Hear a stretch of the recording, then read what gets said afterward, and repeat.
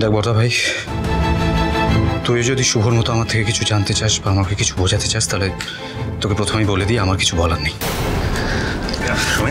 কেন কিছু বলার নেই? আমরা প্রত্যেকটি মানুষ বাড়িতে বুঝতে পারছি যে মোহনা তোকে ব্ল্যাকমেল করছে। চুপ করে আছিস কেন ভাই? বল না, কি হয়েছে, কি প্রবলেম? তোর বড়দা ভাই তোর সঙ্গে আছে, তুই বল না। দেখ, সারা জীবন তো এভাবে ভয় ভয় কাটানো যায় না। বল না ভাই, কি হয়েছে? আমি আছি তোর সঙ্গে। বড়দা ভাই, আমি আমার ভবিতব্যকে মেনে নিয়েছি। এখন আর কথা বলে কোনো লাভ নেই। আর সব কথা বলে তো বোঝানো যায় না, আর সব কথা সবাইকে বলাও যায় না। আমিও পারবো না। প্লিজ ডোন্ট ফোর্স মি বড়দা ভাই, প্লিজ।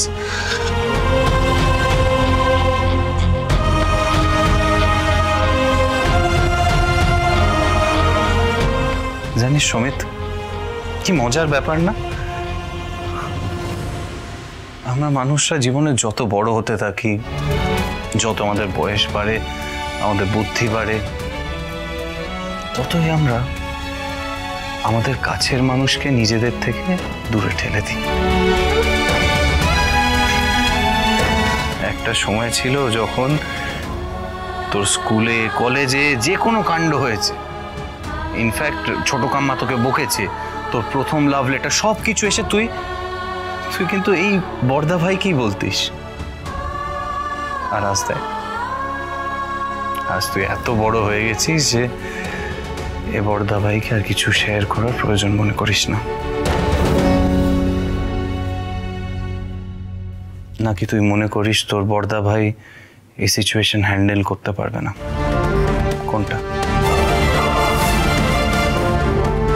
বড়দা ভাই, আমাকে একটু একা থাকতে দিবি? আমি একদম ভালো নেই রে। দেখ, আমার সাথে যেটা হয়েছে সেটা আমি আর কোনোদিন ফিরে পাবো না। আমাকে একটু প্লিজ একা থাকতে দে না, প্লিজ।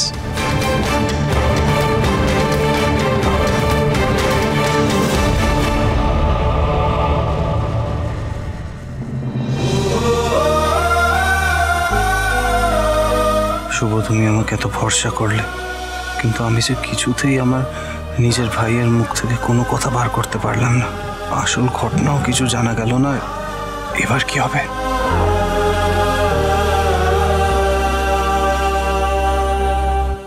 কালকে রাধির সত্যিকারের জন্মদিন। খাতা কলমে হয়তো নয়, হয়তো আমি প্রমাণও করতে পারবো না মা, কিন্তু আমি তো মা। ওর জন্ম তারিখটা তো আমার কাছে ভোলার নয়।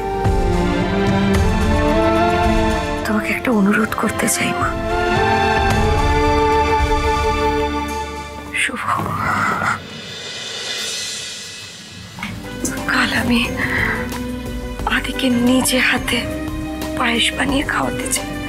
না না, মানে আমি নিজে গিয়ে খাওয়াবো না, তাতে যদি বাড়ির লোকেরা সন্দেহ করে, আমার আদি যদি আমায় সন্দেহ করে, মানে মা তুমি যদি একটা ব্যবস্থা করো। গৃহপ্রবেশ সোম থেকে রবি রাত 10টায় স্টার জলসায় ও জিও হটস্টারে।